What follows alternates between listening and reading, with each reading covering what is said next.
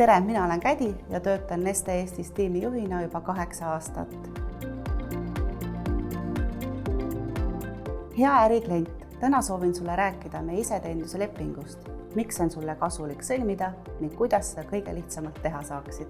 Neste iseteeninduses on sul väga mugav jälgida kaardi- ja mobiilimaksetehinguid, vaadata arveid, koostada aruandeid vastavalt sinu enda soovile ning loomulikult saad sa jälgida sinule endale personaalselt kehtivaid soodustusi.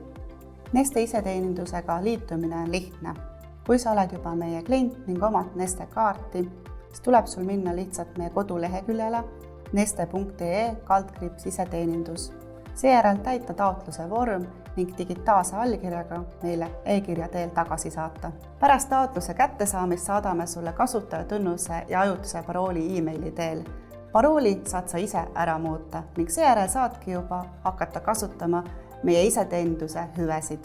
Iseteeninduses on väga mugav hallata kaardi- ja mobiilimakse funktsioone, näiteks tellida uusi kaarte ning sulgeda olemasolevaid, tellida PIN-koodi meeldetuletusi ning muuta kaardi staatuseid.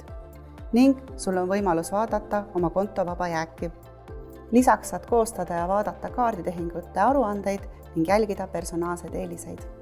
Uue teenusena saad Neste iseteeninduses tellida virtuaalkaarte, mida saab kasutada meie äpis tankimisel plastikkaardi asemel. Virtuaalkaartide tellimiseks sisene Neste iseteenindusse. Vali ülevalt menüüst kaardid ning seejärel külgmenüüst telli kaart.